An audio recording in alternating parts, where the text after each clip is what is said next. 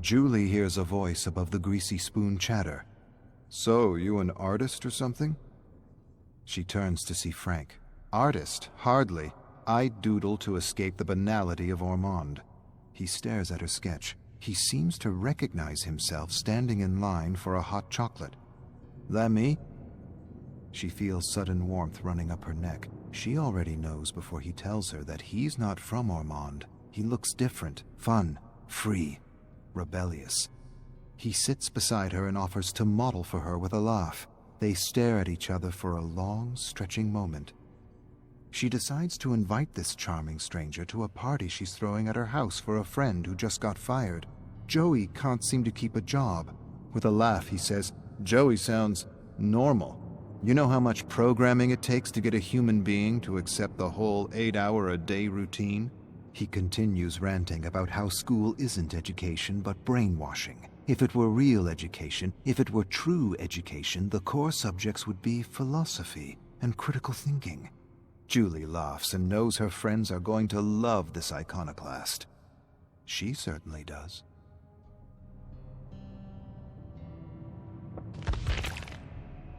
She didn't stop thinking about him since she first saw him. Now she hopes he shows up at her party. His rant stuck with her, and she spent a few hours researching how education was corrupted to meet the demands of the Industrial Revolution. Conveyor belt education for assembly line jobs. Nothing has changed for the last 100 years, only the products. Frank shows up with drugs and drinks, party treats. Julie introduces him to her best friends Joey and Susie. They talk favorite foods, slasher movies, and killers all night.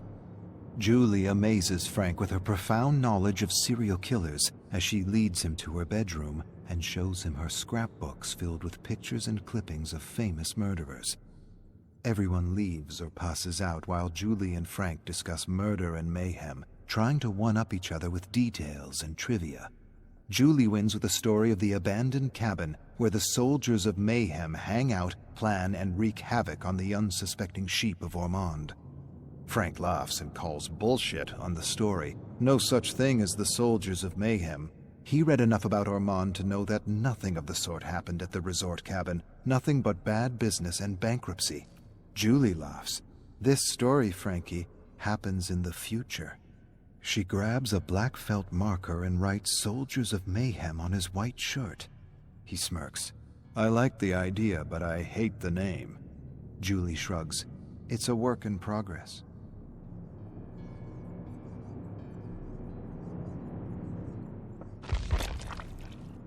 Julie feels alive with Frank. More than alive, complete. At first she thought he was an iconoclast rebel, but soon realized he just liked to argue and push buttons for fun. He thrilled as much as she did to smash beliefs and watch people unravel. Not just people. Ugly people, he called them. It's the name he gave to those people who need to be right, who always need to be right. They were the easiest to push over the edge. Ormond was full of them. Ugly people, entitled preps and politicians who would turn blue in the face if you challenged any of their beliefs. Julie hands Frank a ski mask. He gives her a curious look. "Tonight we all play a game. Whoever steals the most car emblems wins."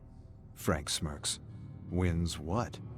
She approaches Frank and whispers, "Whatever the winner wants." Frank quickly puts on his ski mask and rushes into the snow-covered streets of Ormond, searching for cars.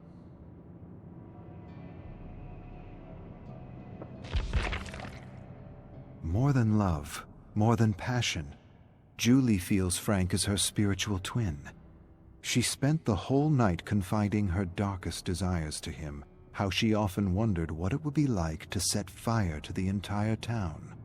Frank leans forward and tells her she can do anything she wants. She just has to know what she wants and build an image of herself doing what she wants in her mind. He continues to espouse some weed-induced theory about manipulating the world with thoughts and feelings. The clearer you are about what you want and the more focused you are in imagining it, the faster you rewire the world to your favor. Everyone stares at Frank for a long, dramatic moment. Then they burst out laughing in unison. "Let's all just imagine buckets of money." Frank shakes his head. Money is dead on its own. Money doesn't inspire the world. Real passion and emotion does. See yourself doing what it is you want to do for the rest of your life with passion. Be clear and focused, and do not waver, and watch the world work in your favor. Another silence. Julie smirks. Frank nods seriously. She closes her eyes and imagines herself and her friends turning Ormond into their personal playpen. She opens her eyes.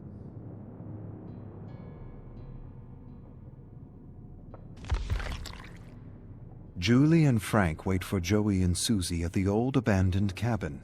Of course, it had to be the cabin, the only exciting place in Ormond. Julie looks at the place.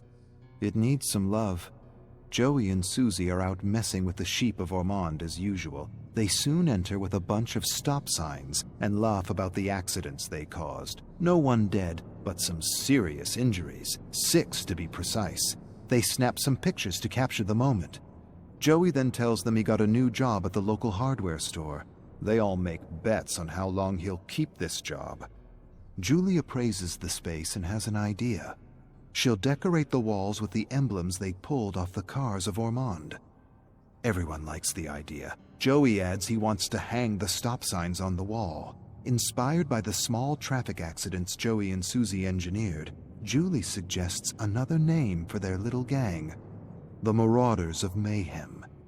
Frank shakes his head and his eyebrows frown. Too tough on the tongue. Joey disagrees. I love it. All eyes turn to Susie. She shrugs. I agree with Frank. It's a mouthful.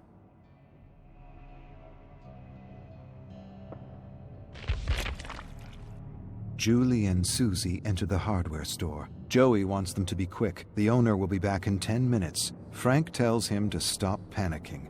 They grab supplies for the cabin: paint, brushes, masks. A snow globe captures Frank's eyes. Joey tells him to leave it, says it's his boss's collector globe, the first snow globe for tourists when Ormond became a popular getaway for snowboarders and skiers. Frank scoffs and takes the globe anyway. Julie stares at Joey and shrugs. Whatever. The globe gives her an idea. She grabs a few generic Ormond globes for a personal project.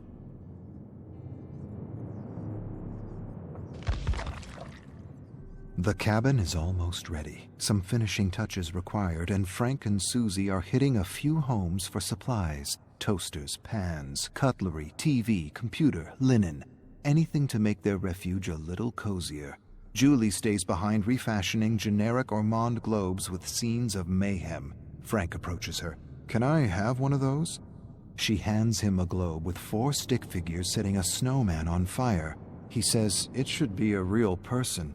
Julie feels offended. He didn't see the detail. It is.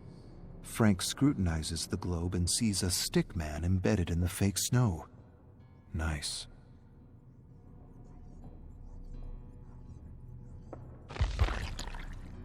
Julie imagines something crazy. In her mind's eye, she imagines herself killing someone with her friends. She has no other image, and no doubt, it's more than an image of a first kill. It's an image of her in a newspaper clipping. She makes Ormond exciting again with a series of murders. Her phone startles her. She answers. She hears his voice, and Frank tells her to meet him at the Ormond Majestic Theater. Why? What's playing? He doesn't answer. She gets in her second-hand sedan and drives through the blinding snowstorm to the theater. He graciously opens the door, helps her out. Joey and Susie are standing by the theater holding empty gas containers. Frank hands her a match. Please, do the honors. She strikes the match, watches the flame ignite strong, then it dwindles in the cold wind. Before it extinguishes, she flicks the burning match at the theater. A moment later, a massive fire erupts in the blinding snow. She stares at Frank, at the fire, at Joey and Susie, and she has this sudden crazy thought that Frank is right. Somehow the world is conspiring in her favor.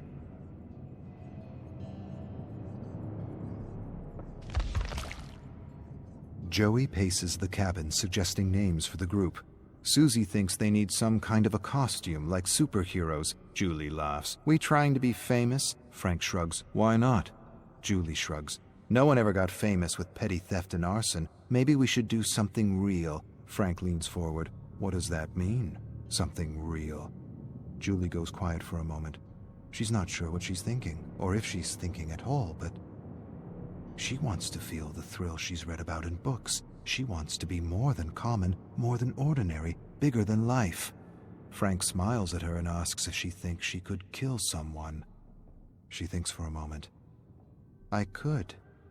Frank raises a skeptical eyebrow. After a moment, he says he probably couldn't really kill someone. Julie teases him. Not even for me? He shakes his head. Not even for you. And you? Would you kill for me? She echoes his bullshit answer. Never. He laughs and echoes her. Not even for me?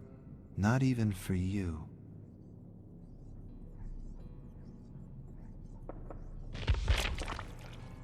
Frank won the bet, and he's collecting. Joey didn't last a month at the new job. The owner accused him of stealing a chocolate bar, and now he paces the cabin hysterical. Of all the things, a chocolate bar he claims he never stole. The injustice of it all. Julie suggests payback. Let's break into the store, get some more supplies, set the whole place on fire to let Ormond feel the wrath of the Legion. Joey freezes when he hears the name. Frank raises a curious eyebrow and then nods approvingly. I like it. I like it a lot.